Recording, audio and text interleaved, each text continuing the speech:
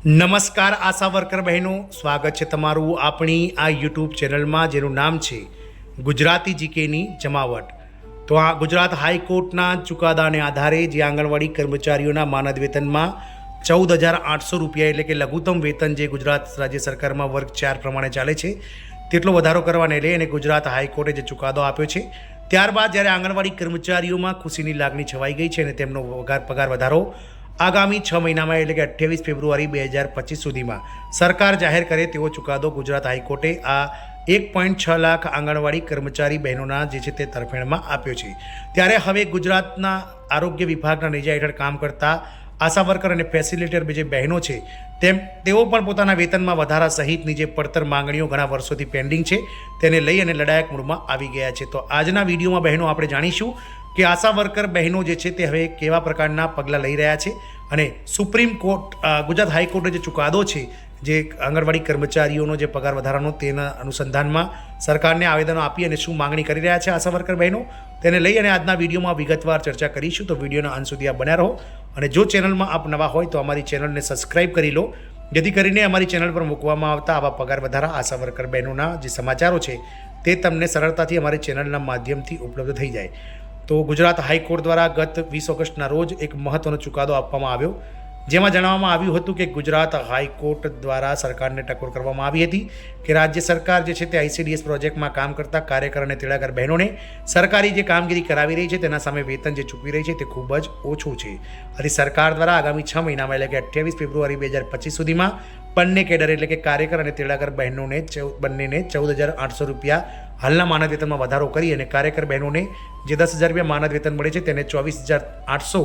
અને તેડાગર બહેનોને જે 5,500 રૂપિયા માનદ વેતન મળી રહ્યું છે તે 20,300 કરી આપવાને લઈ અને ચુકાદો આપી દીધો છે। ત્યારે આશા વર્કર બહેનો પણ ઘણા લાંબા સમયથી ઘણા આશા વર્કરો બહેનોએ પણ જે છે કોર્ટમાં કેસ દાખલ કરેલ છે પગાર વધારાની સહિતની। તો વેતન વધારામાં વધારો સહિતની જે માંગ છે તેને લઈ અને આશા વર્કર બહેનો પણ આવેદનો આપી અને હવે લડાયક મૂડમાં આવી ગયા છે। અમદાવાદ જિલ્લાના આરોગ્ય વિભાગ હેઠળ કાર્યરત આશા વર્કર બહેનો દ્વારા આજે કટોસણ રોડ ખાતે PHC ખાતે આશા વર્કરોએ પ્રાથમિક આરોગ્ય કેન્દ્ર ખાતે મેડિકલ ઓફિસરને આવેદનપત્ર આપ્યું હતું। જેતરોજ તાલુકામાં ગામડાઓમાં આશા વર્કર બહેનો કાર્યરત છે। વર્ષોથી આ બહેનો ઘરે ઘરે જઈને ગર્ભવતી માતાઓ અને નવજાત શિશુઓની આરોગ્ય માહિતી મેન્યુઅલી રીતે નોંધતી આવી રહી છે। આરોગ્ય વિભાગ દ્વારા કામગીરીને ડિજિટલ બનાવવામાં આવી રહી છે અને આશા વર્કરો પાસે યોગ્ય અને કાર્યક્ષમ સ્માર્ટફોન નથી। કેટલાક વિસ્તારોમાં નેટવર્ક કવરેજ પણ નબળું છે। તેમજ બહેનોએ જણાવ્યું કે તેમને મોબાઈલ એપ્લિકેશન અથવા તો સ્માર્ટફોનમાં ઉપયોગની પણ પૂરતી સમજણ નથી। આવી સ્થિતિમાં આપમેળે ડિજિટલ કામગીરી થવી શક્ય નથી। સરકારી કર્મચારી તરીકે નિમણૂક, વેતનમાં વધારો કરવાની માંગ સાથે આશા વર્કરોનું આવેદન। આશા વર્કર બહેનોને સરકારી કર્મચારી તરીકે નિમણૂક કરી માસિક વેતનમાં વધારો કરવામાં આવે તેવી માંગ આવેદનપત્ર આપી રજૂઆત કરવામાં આવી હતી। આમ હવે અલગ અલગ જિલ્લાઓ, અલગ અલગ તાલુકાઓમાં મામલતદાર, કલેક્ટર વગેરે કચેરી ખાતે જે આશા વર્કર અને ફેસિલિટેટર બહેનો છે કે જેઓ ગુજરાત રાજ્યના આરોગ્ય વિભાગના નેજા હેઠળ કાર્યરત છે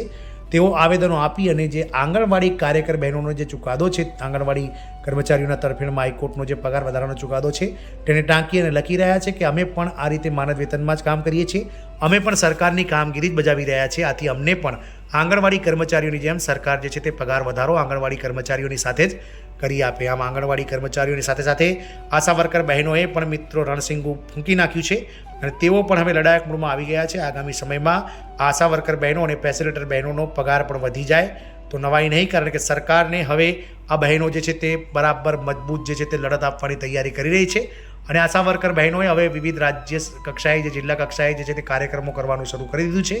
ટૂંક સમયમાં જ અલગ અલગ જિલ્લાઓમાં આશા વર્કર બહેનો જે છે તે આવેદનો આપશે કલેક્ટરોને, સાથે જ જે છે તે સામૂહિક રેલી નીકાળી અને પોતાની જે વિરોધ પ્રદર્શન છે તે કરશે। તેમની મુખ્ય માંગણીઓ જેવી કે વેતન વધારો, ડિજિટલ મોબાઈલ્સ આપી અને ડિજિટલ મોબાઈલ ચલાવવાની જે ટ્રેનિંગ છે તે આપવી,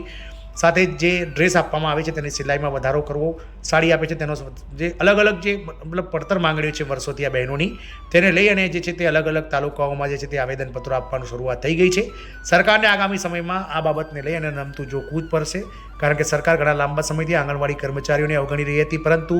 અંતે સરકારને હાઈકોર્ટના શરણે જવું પડ્યું અને હાઈકોર્ટે સરકારને જે છે તે આ કર્મચારીઓને ભલે રાજ્ય સરકારના કર્મચારી જાહેર કરવા તો ન કહ્યું, પરંતુ ક્યાંક ને ક્યાંક આજની મોંઘવારીના જમાનામાં જે લઘુત્તમ માનદ વેતન છે તે ચૂકવવા માટે કહેવામાં આવ્યું છે. આથી કર્મચારી આશા વર્કર બહેનોને પણ હવે સરકાર લઘુત્તમ વેતન જે છે તે ચૂકવે તેવી સરકાર સામે આ બહેનો મીટ માંડીને બેઠી છે. જોવાનું એ રહે છે કે સરકાર આ બહેનોનું જે છે તે ક્યારે સાંભળે છે અને ક્યારે સરકાર આ બહેનોને પગાર વધારો અને અન્ય જે લાભો છે તે ક્યારે આપે છે તો સમય જ બતાવશે. પરંતુ ચોક્કસથી આ આંગણવાડી કર્મચારીઓ સાથે આશા વર્કર બહેનોનો પણ પગાર વધી જાય તેવી આશા સહ. જય હિન્દ, અસ્તુ.